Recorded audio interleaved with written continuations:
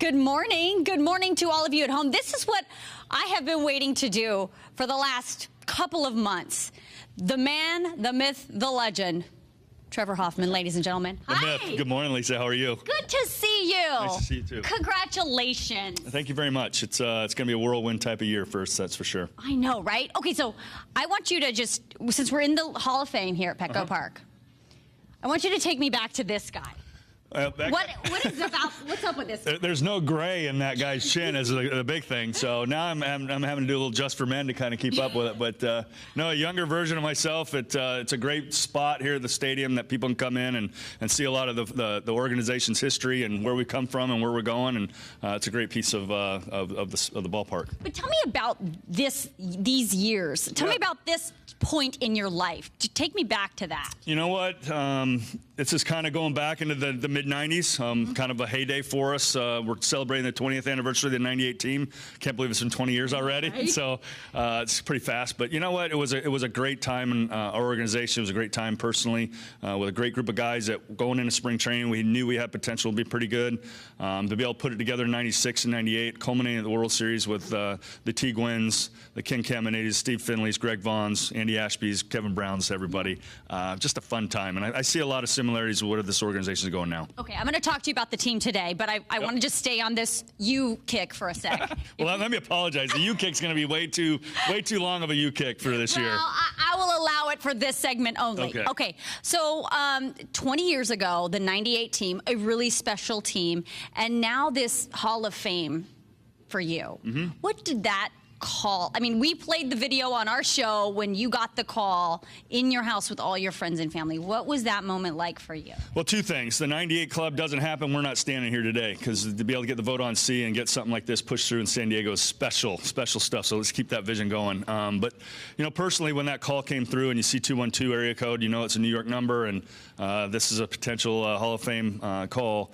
A lot blows through your mind in about 2 seconds. And so you had to kind of compose myself. I had to compose myself. I knew I had a lot of loved ones around and kind of wanted to make sure that I didn't get into a sob story for myself for like 10 seconds. But, man, what an amazing feeling to get that phone call and to know that you're going to go into an enshrined area that, you think about the Babe Ruths and the Teague wins and the Dave Winfields of the world. And it's mind-boggling to think you're going to be a part of that. I mean, does your wife let you live that down? I mean, now you're like walking in and you're in that legend. I mean, is she like, honey, take out the trash? Yeah, no, it's feed the dogs, take the trash out, and clean up after yourself. I'm not here to kind of do all these sort of things. So it's a swift dose of reality around the house. I want to know what your family has said to you about all of this. They're super proud. No, I'm pretty lucky. I have such a great support system, not only from my side of the family, but my wife's side that's been super supportive for many years. Pop and Goof have always kind of been there to pick up all the loose ends that we need done. And, to have that kind of support across the board is pretty special. Yeah.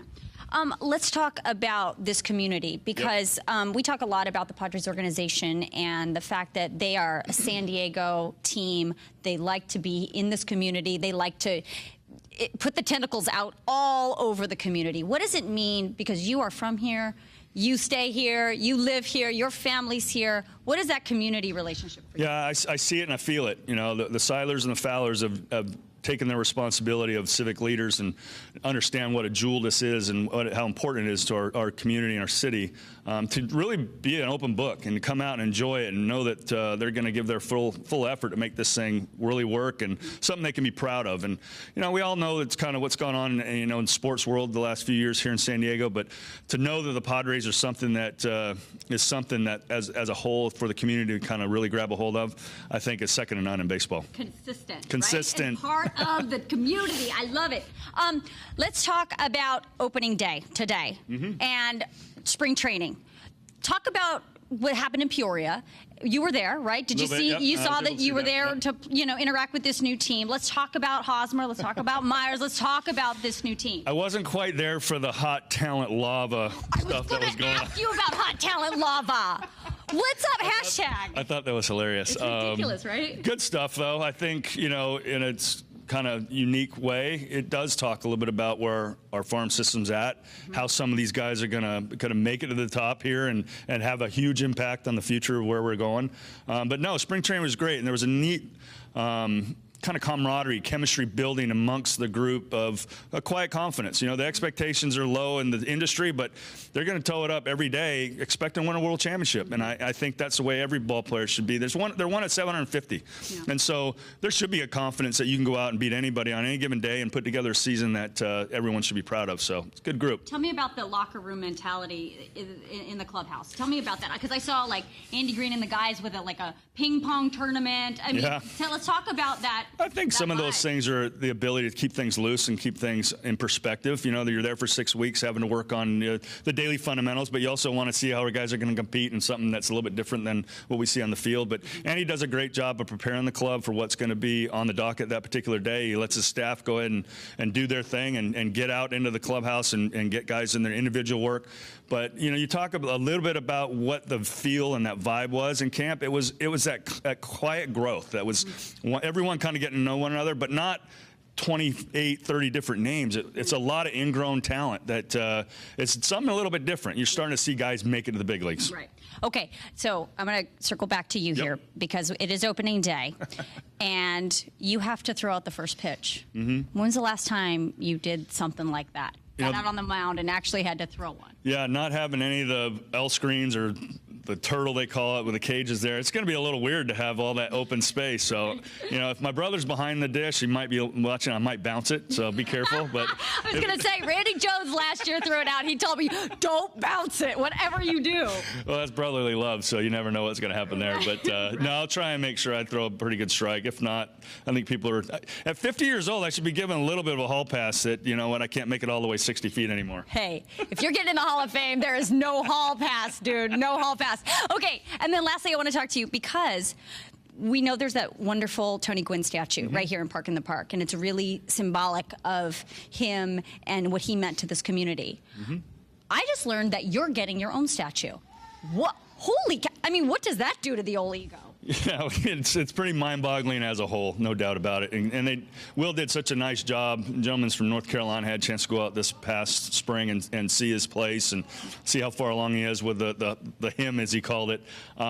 Just kind of over the top. I mean, to have your number retired by your organization is one thing of tremendous pride, but then to go to the level of a statue being erected in your honor at your stadium, it's going to be pretty special and something my grandkids are going to really enjoy. I know. Well, okay. Sometimes those bronze statues look a little dicey. Yeah. The face looks a little funky. Have you, like, do you have to, like, do the old sign-off? We should send this picture to him, make sure that he gets a good visual of what my face looks like. Do you get to sign off on it, or is it a surprise? No, it's a kind of a surprise. Yeah, it's you're praying, you're hoping that he's got good eyes and can kind of see what you look like. But yeah, sometimes those come out a little bit different. All right. So you still have? I know you're in jeans and nice shoes right now. Right. Do you still have the wind up? I mean, like, what are the mechanics for today? Yeah, well, it's not. They're not going to get up to this position right here. I mean, you're going to need a stretch. Again, I'm not active my yoga classes, so Miss Liba's not been working on me lately, so I don't know if I can get my leg kicked that high, but fortunately I don't have to try and get a hitter out. I just got to get it across the plate, so I think I'll be able to get that done. Small victories. Small victories. Trevor Hoffman, Hall of Famer, inductee. This is his year. He's got 3 bobbleheads that I know of, and a statue coming. Crazy stuff. I apologize, San Diego. I apologize for all this Trevor Hoffman stuff. I know we'll get to the end of the season, you'll be thankful it's over. Never. Never. All right. We're going to send it back to you, Ginger and Jason. All right, Lisa. That was a great interview. How cool is that? That was really time well spent. Well, how cool, right? Yeah, never going to get tired of him. Very ever. cool. Ever. All right. Awesome.